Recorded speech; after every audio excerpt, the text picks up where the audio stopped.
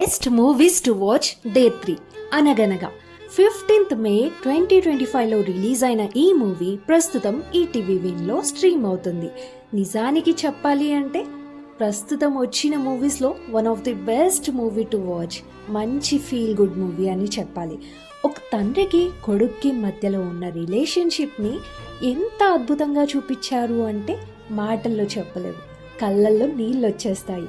ఒక కొడుక్కి కావాల్సింది ప్రేమ, అర్థం చేసుకునే తనము అని చెప్పి సినిమాలో చూపిస్తారు. పిల్లల్ని భయపెడుతూ లేదా కొడుతూ చదివించడం కాదు, అర్థమయ్యేలా చెప్పి ప్రేమగా చూసుకొని చదివించాలి.